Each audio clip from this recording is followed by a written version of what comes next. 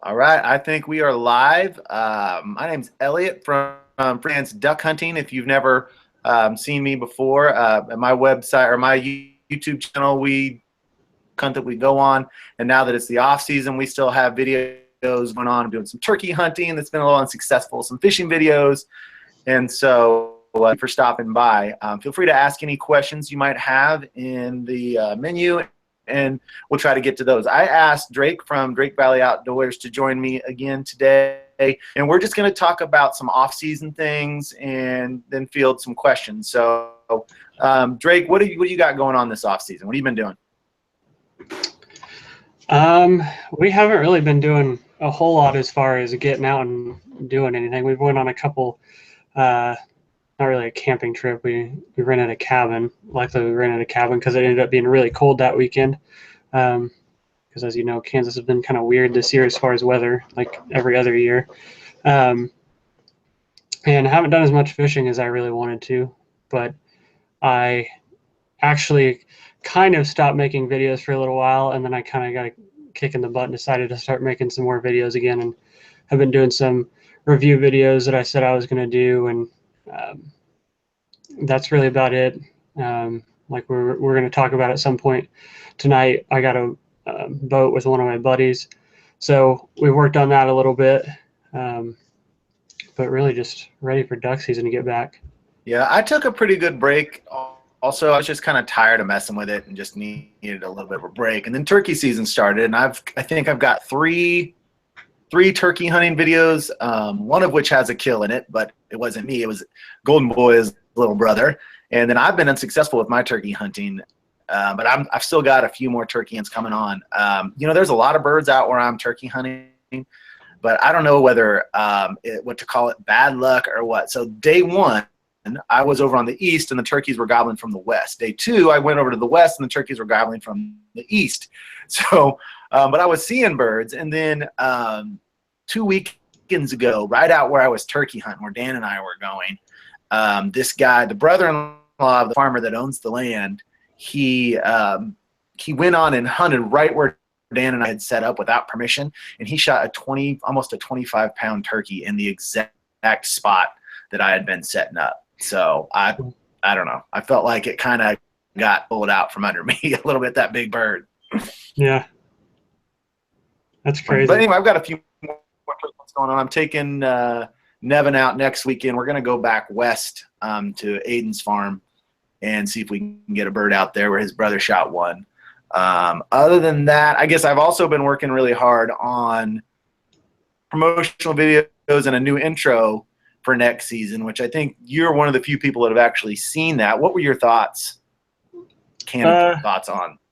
I thought it was a pretty good video, or promo. It really shows off a lot of what you guys are doing, and kind of highlights a little bit of everybody that's part of your group. It's really cool that you guys have that. I was kind of trying to make my own thing and realized how little interaction we have between each other, and at least as far as like worthy things to put. I lost you, but yeah, you cut it in and out. But you know, you guys certainly kind of season one thing I noticed about your videos is from the beginning of the season to the end, you became way more comfortable with the camera early, and then your friends kind of started becoming more comfortable out as well, which I think, you know, yeah. So there was some interactions. Yeah. Especially towards the end. Yeah, and a lot of the part of it was earlier in the year, I was setting up the GoPro and filming it, but they didn't really know I was filming it for the purpose of putting it on YouTube. They thought I was just kind of filming the hunts and stuff. So I was always kind of being incognito about what I was doing and stuff. I was actually looking through some videos the other night of a hunt trip we went on, and I was holding the camera and talking while they were off to the side, and I kept on like stopping what I was saying and like hiding, making sure they weren't looking and stuff. And but yeah, they kind of came around and started getting used to it. I definitely got a lot more comfortable around the camera as well. And I think once they get more comfortable around it, then I think it'll get a lot more fun, because we definitely have a lot of fun stuff that goes on. Usually a lot of the fun stuff though is before the hunt, when it's dark. But So you're gonna be using a, you got a new DLR, I don't know, DSL. DSLR. What kind of camera? Yeah, it's like a mirrorless camera. It's I don't know. Now, will that doesn't have a light though, right? No, it doesn't, but it has a mounting point for the microphone on the top, and you can kind of get an extension. And then Amazon has some like, camera lights that can go up on the top of it, because it does have a flash, and I'm not sure if you can use that for video or not, but my microphone blocks the flash from popping up. So I might have to get another light that mounts off to the side. So. Ever buy one of those Ode Pro flashlights?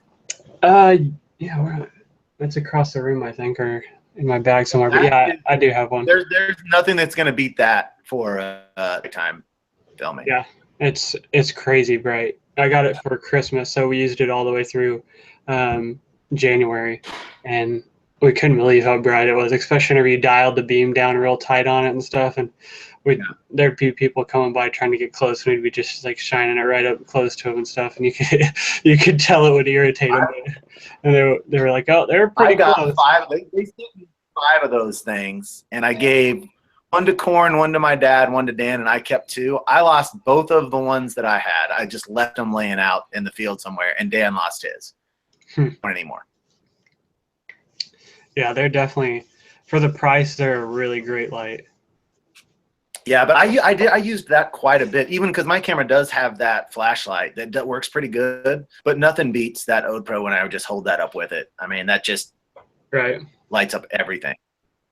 But I want to go back to my intro / promo video, because I haven't really talked about this at all, but I decided to change the song that I was using for the last 2 years, which I never thought I would do. And the reason I ended up changing the song was I really thought that if YouTube didn't block a song, then it was legal to use it. But after more research, I guess even if YouTube doesn't block it when you upload it, it's still, if you don't have permission to use it, it's copyright infringement. So no one contacted me or anything. I just decided, you know what, I don't want to get 5 years down the road in this song and, you know, have any kind of legal issues with it. So I just I contacted, the maker of that song is Josh Garrels, and I contacted the people that handled his music, and they started off wanting like $12,000 for everything I had done so far. Holy cow. And that wasn't going to happen. So like, I got them down to like $3,000 and still I'm like, no, I'm not paying. I haven't even made $3,000. I'm not going to pay $3,000. And that was just for what I've used in the past. That wasn't going forward at all. Go and change all my music and on the intro. So the intro for next year is pretty much finished and ready and can be viewed at Patreon, which I have a link in the description. So if any of you guys do want to see the new song that I'm using for the intros and the promotional video too. So in August, I'm going to come out with a promotional video for the season. And then also that same song will be on the intros from now on. So if you guys want to check those out early before next year, you can go to the link in the description at patreon.com and check that video out. But I think I'm pretty happy with it. I think that the feel of it actually might fit what we do on the videos a little bit even better than the last one. Yeah. Yeah, it's going to be hard, like you said, to get used to not hearing that same song. But I know you'd thrown around a couple ideas on Patreon as far as songs. And I think the one you have now is pretty good because it's not a song that everybody out there is using. That's one of the hard things about finding music. And if you're looking for free copyright music, if you want to pay for it, then you can find a lot of stuff. But whenever you're looking for free stuff, you get into having videos that everybody is using the same thing, especially in a certain genre. I know one of the first songs you used, I think every other video uses that song because it was one I liked whenever I was looking through there. And then I started hearing it more on videos, and I was like, man, now I don't know if I want to use that just because it's so commonly used. But the one you guys have now, I think it'll be a song that people will be able to, they'll hear it like your current one and just know it's one of your videos. Yeah, I think so too. I think there'll be probably a backlash to it at the beginning just because, I mean, I used that song so much, it was kind of branded into people. But I think people warm up to it. I think it works pretty well. And you know, the YouTube music library is so pathetic, basically, that if you're going to do your own music, you got to find a different library. Yeah, I've been trying to look at some of the, mainly trying to stay on the free side. I don't really want to spend any money for a song, but trying to look in other places outside of YouTube. But you go $20. You need to drop $25 on it. Yeah, if I can find a good song for $20, even then I was looking at paid ones and I was like, all these are kind of lame. All of them are so like hip hoppy and like dubsteppy with all the electronic stuff, and which is fine. It's just not my style. That was from the same maker, the one I picked. I might send you a link to that just to see what you think, because there was another one on there I kind of liked that I'm not going to use. Just kind of, I don't know, never know. Yeah, it's hard to find that good mix of like upbeat, but not like overboard upbeat, like rock music and stuff like that.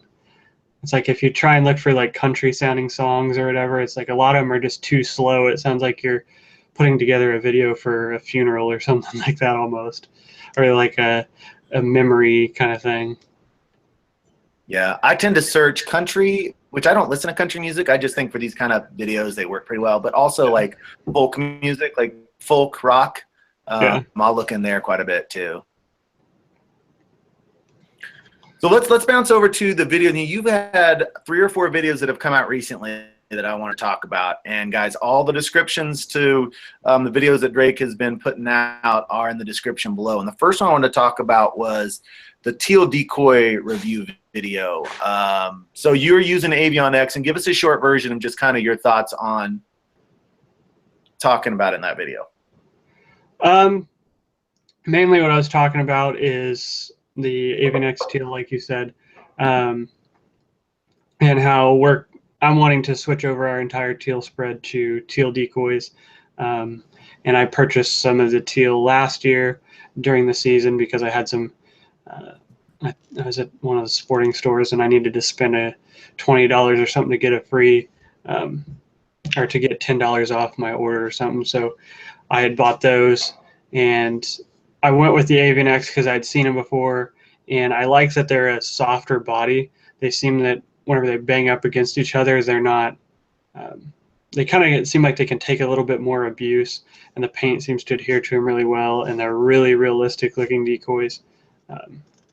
And that's about it. I mean, there's some really good. How many did you purchase? Because I know what I really liked was they've got the early season. Yeah. I have right now, I have a 6-pack of blue wings and a 6-pack of green wings. I plan on getting probably only 6 more green wings, but then quite a few more blue wings.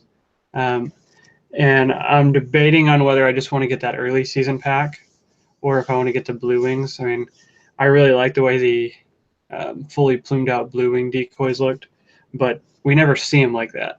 Like, we don't see fully plumed blue wings until right now. Like, I see them all over the place right now, but we don't see them like that during the season. They don't get plumed out until late December, early January on the blue wings.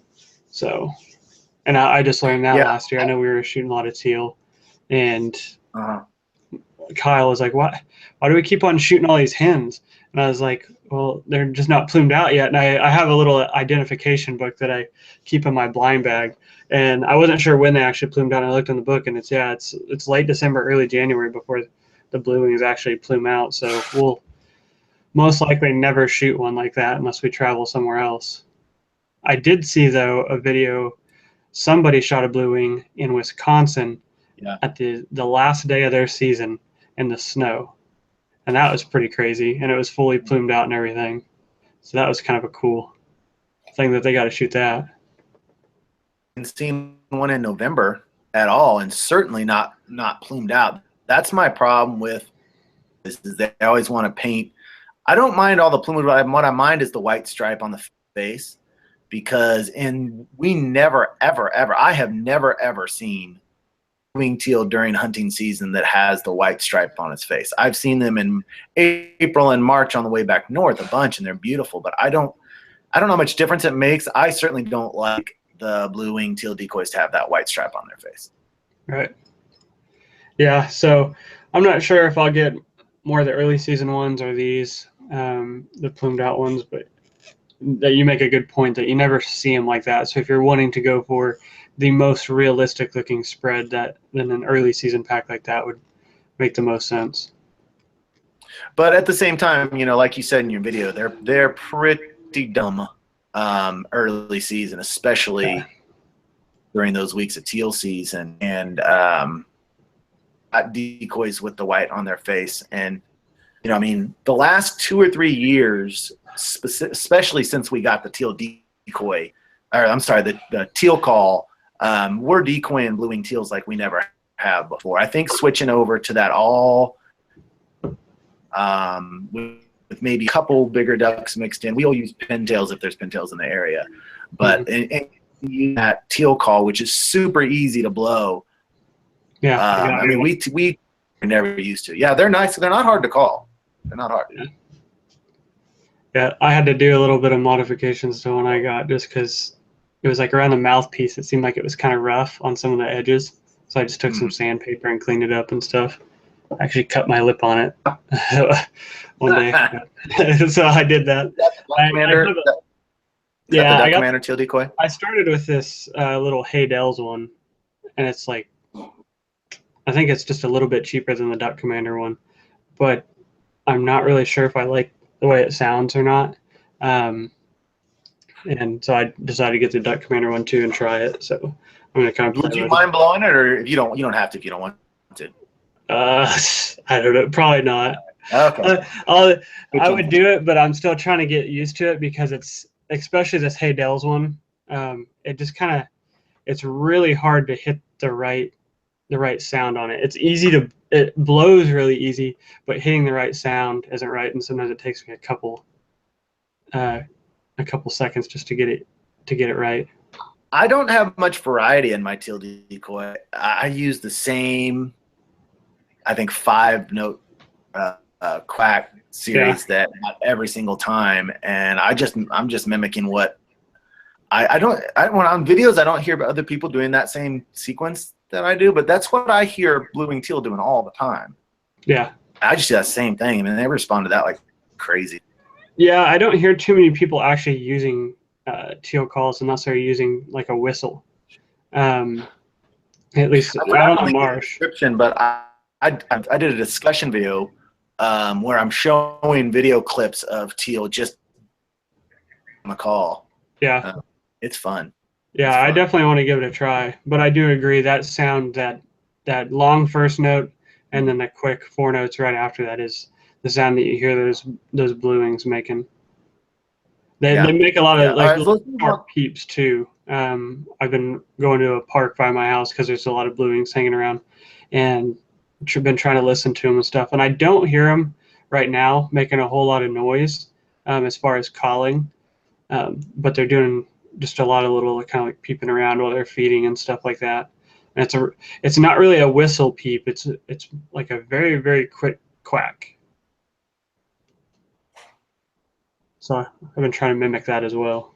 Man, they are sure adorable little birds. They're so cute. Yeah, that's. I say there's so many ducks that I would want to have and get a mount of, because I would really like to get a pintail and mount it and stuff, or just be able to shoot a really nice pintail. And there's all those really beautiful ducks, but a blue wing teal fully plumed out would be one of those ducks that it'd be so rare for us to actually have one like that I think you'd have to put it on the wall if you got one like that. Yeah, that would be incredible. Let's move on to your GoPro setup video, because I actually have questions for you about that. I'm gonna definitely make some changes next year. I'm gonna try. Now I've got 2. They're not GoPros. So they're not the quality's not as nice, but I've got 2 action cameras that are serviceable. One I used in my recent fishing video. And so what I would like to do is have one GoPro facing towards us. That's covering the decoy spread, and then also continue to use my hand-mounted, my Panasonic video. Before you get into telling us about your setup, what I'm looking for is on a ground stake, that just jams into the ground. All I can find are monopods or tripods. I cannot find anything that telescopes to like 5-6 feet that you just jam down into the ground and mount a GoPro on. Have you seen anything like that? I've seen a lot of guys using them,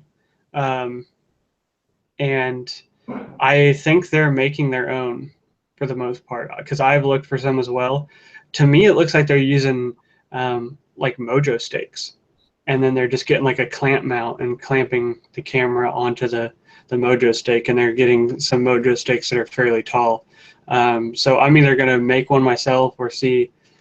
I haven't looked at how tall they make Mojo stakes, because I would really like one that's like probably about 7 foot tall. It'd probably need to be about 8 foot, so you can drive it about a foot in the ground so it stays stable. So then it's a couple of feet behind us, because we got my cousin, he's like 6'2" or something like that. And my tripod only goes up to 5 foot something. So like I said in that video, if we're not like hunting the edge of a lake with where the water's kind of wore down the bank and it's got kind of a ledge there, then I can't put the camera behind us. And that's my preferred way, is to have it up behind us where you can look right over the top of our heads at what we're seeing, and you can see who's shooting at what and stuff. Yeah, I'm determined to find some. I did find a video where a guy took this like Swiffer broom sweep that has actually, it telescopes its way out, and he was transforming that into a mount. But every single one of those long poles you have, it's got like a handle grip on it. I don't want a handle grip. I want a stake, you know? Yeah. I guess you could always like cut it off and hammer it down into a stake or something. I don't know if it'd be, I don't know how strong one of those would be. I would be weird, because I want to jam down into the water, and with a tripod or a monopod or something, I'd be afraid of it falling over. You ever had any problems with yours falling over? Your tripod? I had it once in the hunt I went on by myself. Late in the season, it fell over, and I had just like walked away for like 2 seconds or something, and it was sitting up on an embankment, and it was super windy that day, and it knocked it over. But that was the only time I had it fall over. And this one doesn't have anywhere to hang a weight on it. A lot of the tripods have an area like a hook on the bottom where you can hang a weight. So that's really good. If you put it in the water, that'll help hold it down. And this tripod, it'll depend on the depth of the water, but you can have the legs to where they're like this, or you can expand them really far out. So if you're only in a couple feet of water, you could expand them all the way out and get a lot wider footprint that's going to stay a lot more stable. Yeah, but then you have this huge. Yeah, and I'm determined. I gotta either make a stake or whatever. Yeah, that's what it's. And it would depend on how. What I want. Like I said, how the water is. Like if you're in a foot or two, well, yeah, probably about a foot or two water. I'm looking at the tripod right now because my webcam's actually on it. You could put it to where most of the tripod sits down in the water, and then there's an arm in the middle that actually can slide up to adjust the heights, but that arm is only about a foot. So it would depend on how high you wanted it out of the water, if you're talking about in front of you and pointing it back at you. But yeah. I think Kolish mentioned like an 8-foot PVC pipe. I would want, if I was going to do like a 7-8 foot PVC pipe, I would want it cut into sections so that it could attach, because I don't want to carry in. I mean, that's fine if you're going in a boat or a blind, but if you're hiking in, walking in, you know, you don't want to be hauling around a huge pole with you, you know, if it's not. It also depends on the diameter of the PVC pipe, because just what is it, like, I don't know what the most standard size is, like 1.5 inch or something like that. I think that's what we're using for our blind that we used a little bit earlier in the season. Even at the 5-foot sections I cut that in, the wind will bend that thing like crazy. The PVC is just, you have to get some pretty thick PVC in order for that to not bend. So it definitely wouldn't be something that you would want out in your spread, because you're going to just have a big pole sticking up in your spread probably.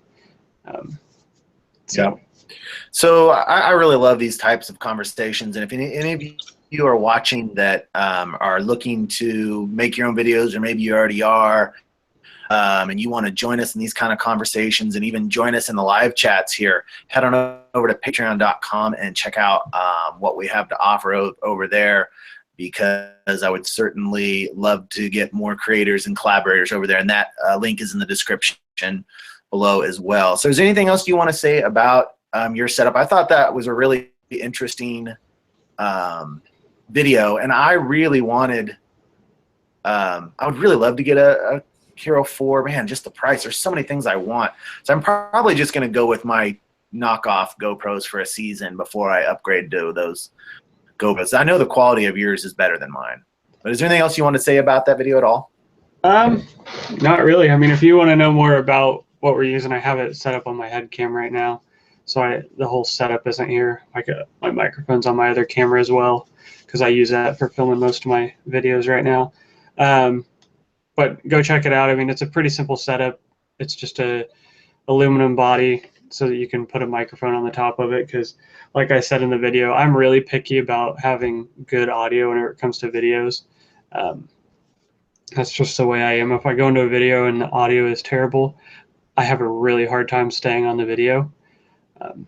So that's why I use the microphone, and then in order to use a microphone like that, I have to have the case, because it's the only style case that has a microphone, something to hold the microphone up on the top of it, or the microphone that it is. But that's about it. Yeah. I am looking at either using this I need to use this GoPro in the same way that I used it last year, just so that we can get all the same shots, or the same style shot. But I am kind of thinking about getting another GoPro, or I've heard a couple guys commented on the video and said they have some pretty decent knockoff cameras that are, I can't remember how much, and I want to use that as a head cam, and I still want to have a microphone. I have some microphones that I used on my early like review videos and stuff from last summer. They're just a clip-on mic with a wire, and I used that yesterday whenever we took our boat out. I had a GoPro up on my head, and then had the wire running down, and it got really good audio even while we were going 10-15 miles an hour on the water. Didn't have a whole lot of wind noise, and got really good sound from me because it was right there, and then you could still hear my buddies that were sitting behind me were sitting in front of me. So I'm definitely looking at that, because I like how like in Clayton's GT Outdoors videos, how he sometimes has a head cam on, and you walk out and pick up birds and stuff, and just have a little bit of extra footage to add in. They're not always the head cams aren't always the best for shooting, because every time you shoot it kind of shakes the camera, but it's still good to get some of that talking to somebody, because then the camera moves with you, and you don't have to be holding the camera or whatever. You can just look at somebody, or like I said, when you're walking out in the spread, you don't have to worry about carrying your camera with you to film it or whatever. You just kind of have a camera on your head. So I'm not sure how much I want to add. And like you said, it all comes down to cost. I don't know how much I want to spend to keep doing something that's just for the fun of it, whenever I'm already spending a lot of money just to be hunting in general. Yeah, it's an expensive hobby, because no matter how much crap you buy, there's more crap you want to buy. It's never ending. It's never ending. Yep. Never ending. Okay, so you guys also, well, if you guys want to see more about his GoPro setup, it's really informative. That link is down in the description as well. You can go check that out. Now, tell us about the video you came out with. What today was that you guys have made a boat purchase. Now, you were saying so did you guys kind of go in together on that and split the money out? Or yeah, Ryan, which I haven't really ever introduced everybody that I hunt with. It's just me and two other guys, really. I've never properly introduced them, so that's probably something I'll have to do at some point this year, so that whenever I refer to people, they knew who I'm talking about. But Ryan is one of the guys that we hunt with. He's the one that doesn't have the big beard. Me and him went on it 50-50. So it's a split ownership between the two of us. And it's the first boat that we've ever, any of us have ever owned. So we wanted to just buy a cheap boat that we could go out, kind of test the waters with this summer to get used to running a boat and hauling a boat around, which, I mean, we've all hauled trailers before, just not necessarily put trailers down into the water to put a boat in, things like that. So we didn't want to spend $5,000 or closer to $10,000 for more of a boat that I want, and then end up going out the first time and having no idea what we were doing and run the thing into a tree or into the bank. Which, funny story, I ran into the boat ramp yesterday. Nice. With all three of us in it, because we were out on a river, and as you know, in Kansas we've got a lot of rain recently, so the river was up, not as much as I thought it would be, but it was up maybe a foot, and it was flowing pretty well. Well, we were out cruising around for probably an hour and a half, looking at some hunting areas, fishing areas, things like that, and just playing with the boat, running out of gas, running into dams where all the logs have piled up and stuff like that. And we get back to the boat ramp, and there's guys fishing there, like right next to the boat ramp. And there's like nowhere for us to pull our boat up so that one of us can get out, because there was no dock to pull up next to so that someone could get out. And they had waders on, but since the river was up, we had to get right up to the bank pretty much for them to be able to get out. So there's all these guys fishing, and the current's pulling us. So I'm trying to aim the thing right so that I'm staying away from the guys that are fishing, and not going into their lines and stuff. But then trying to make sure I'm getting not too close to the boat ramp, because it's a concrete boat ramp. Didn't want to hit that, and just angled it wrong and slid right into the boat ramp. It wasn't slowing down. We were going against the current, and I figured it'd slow down a little bit more, but it didn't cause any damage that we can see to the boat. But well, those mud motors are not easy to control. Especially a longtail like that. They're a little bit slow to respond to your movements. I'm pretty good with it, like whenever I'm not worried about like trying to navigate it in this little bitty area, which I even did that a couple times, going down through some of the channels, sliding down through some channels and stuff. I've gotten pretty good at that, but it was just kind of crazy stuff going on with all those guys being there and being nervous about that, because the last time we took it out, we weren't actually using the boat ramp. It's a small enough boat we could just kind of drag it off the trailer down the bank and into the water. So yeah, with a boat like that, you've got to be really careful with longtail, because if you cut it too hard, you can actually, flip a donut kind of and throw people out of the boat. So you got to be real careful. I would go out when it's hot and mess with it and play with it and make sure. If you cut it too hard, you can really cause some problems. Yeah, and it's hard to cut that thing real hard, just because you got to throw it out so far to get it to move even just a little bit, really.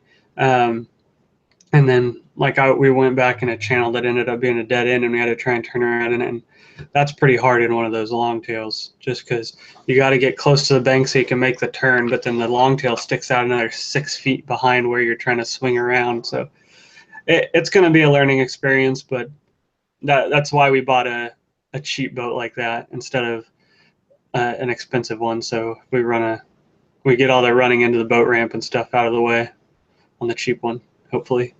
Yeah, I think it was definitely a good purchase for you guys. I think it'll open up a lot of opportunities. So anyway, we've been going about 30 minutes now. So if you guys have any questions, we'll answer questions for a little bit of time. A lot of talk going on about shaving. I was planning on shaving if February was my plan. When I shave, my kids go nuts. They don't cry like GT said his girls would. They get mad at me. They get pissed if I shave. So I just trim it down for the off season. And my wife likes the beard better too, so she gets mad as well. So, but I probably won't shave it all the way off. And then during the hunting season, it just kind of grows, Yeah. You kind of have to let it grow a little bit. If you can grow a beard, you got to let it grow out during hunting season. I think Dan looks amazing in a beard, and he always shaves it. He looks so much better with a beard. Has he ever been in a video with a beard? Yeah, he has. I can't think of which one. I can't remember. Yes. And while I'm thinking about it, I was going to ask everyone out there, I need to find someone to help me because we're trying to figure out the Can Dan Do It videos. And one of the videos that I really want to do is Dan, dang it, what's it called when you catch the fish with your bare hand? Noodling. Noodling. I want to get one of the Can Dan Zoos is Can Dan Noodle. And I thought I had someone set up to take us out with them so we can see whether Dan can noodle or not. And that fell through. So if any of you guys in the Midwest, Nebraska, Kansas, Oklahoma, if any of you guys noodle or know anybody that noodles, definitely contact me, email me, freelance.duckhunting@gmail.com. Dan and I would be happy to travel because one of the Can Dan Do It, which is a video series we're making, I want to see if Dan can noodle. So hit me up with an email. Here's a question. Someone's saying, when did you start duck hunting? My first duck hunt was when I was 13. We went out and didn't even shoot anything, but I just loved it. But they didn't start up again until I was 19 when we really got into duck hunting heavy. And once we started duck hunting, we stopped pheasant hunting, quail hunting, prairie chicken hunting, everything. And all we did was duck hunting. So, and that would have been about 1991. The fall of 1991 would have been my first avid year of duck hunting. And I know, Drake, you're pretty new to the sport, right? Yeah, I'm 2 years now.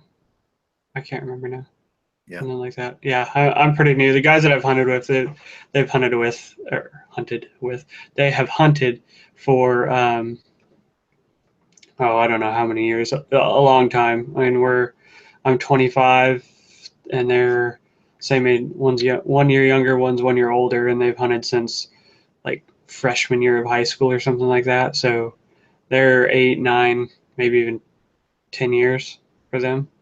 So they both hunted quite a while. Another question, well, kind of a question. SWMPL VR, I don't know what that's supposed to say, but says, is there a list of what Dan can and can't do? We don't have a list, and that's what this is going to, this video series is going to be, what can Dan do and can't Dan do?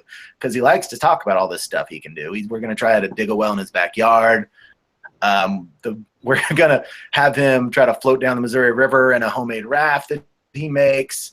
We're going to have him, and this one I'm really excited about, we're going to get a little goose decoy shell and cut some slits in it, and Dan's going to try to catch a goose by his hands out at one of the local resident geese out of the local. He's going to get in the water and try to swim up to one and grab one, so we'll see if he can catch a goose. I don't know what Dan can and can't do, but we're certainly going to find it. So that's the thing. If you guys have ideas of what you'd like to see Dan try to do, those as well. So I know we're going to have 3 strong episodes. I'm hoping to get the 4th one in. But anyway, noodling, I need noodlers. I think his name is Swamp Lover, by the way. Oh, yeah, he just said it. You know what? I can never, like those license plates. I am terrible at looking at a license plate and knowing what it says. And it's guys like you just look at it and like, oh yeah, Swamp Lover. I was looking at it while you were talking about that whole thing, and I'm one of those guys, or like I see kids in my class are like this. It's like if it's not phonetically spelled like it's supposed to, I struggle with it. And I struggle spelling words because I want everything just to be phonetic. Yeah. But I got a feeling that your IQ is probably tipping a little higher than mine. That's just a little guess I've got. I don't know about that.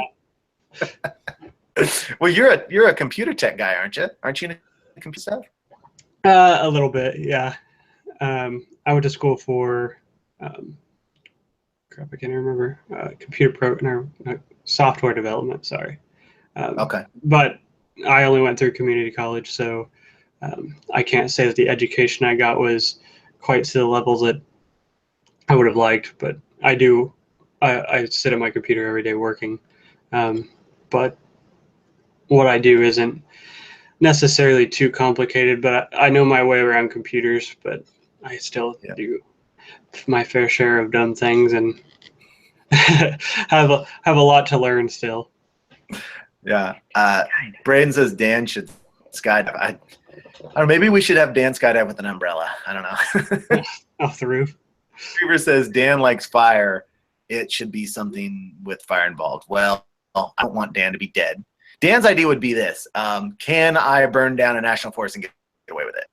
That's the kind of ideas he comes up with. He said another idea he had was go into like a high school basketball game and see if he can get kicked out.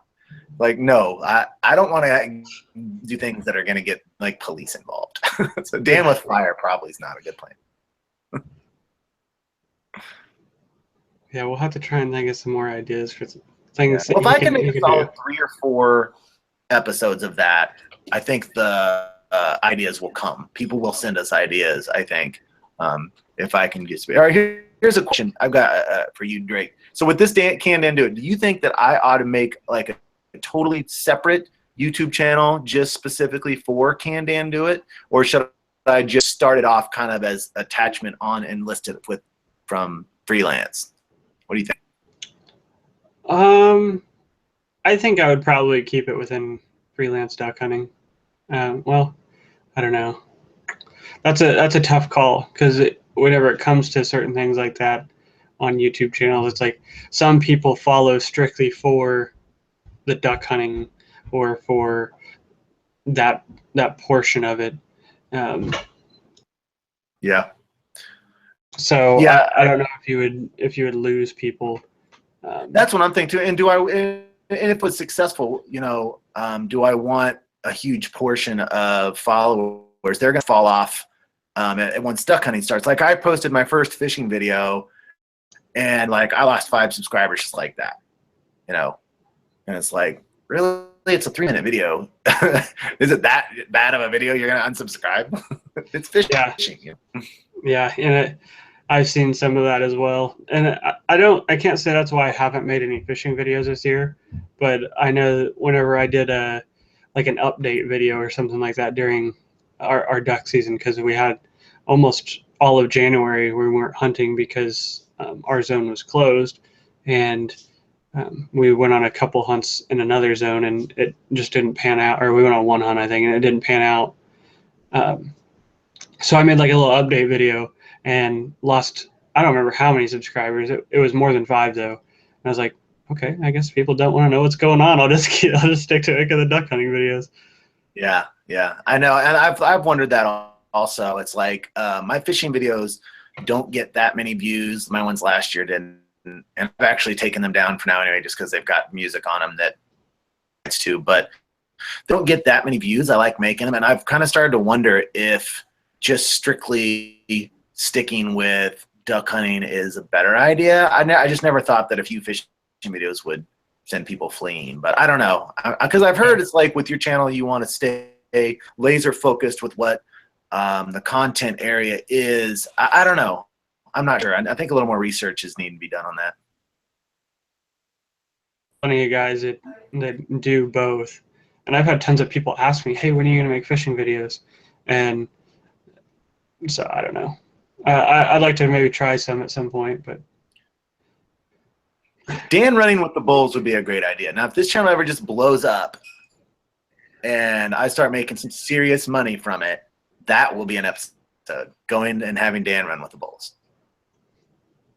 Chances of me having that much money is probably about.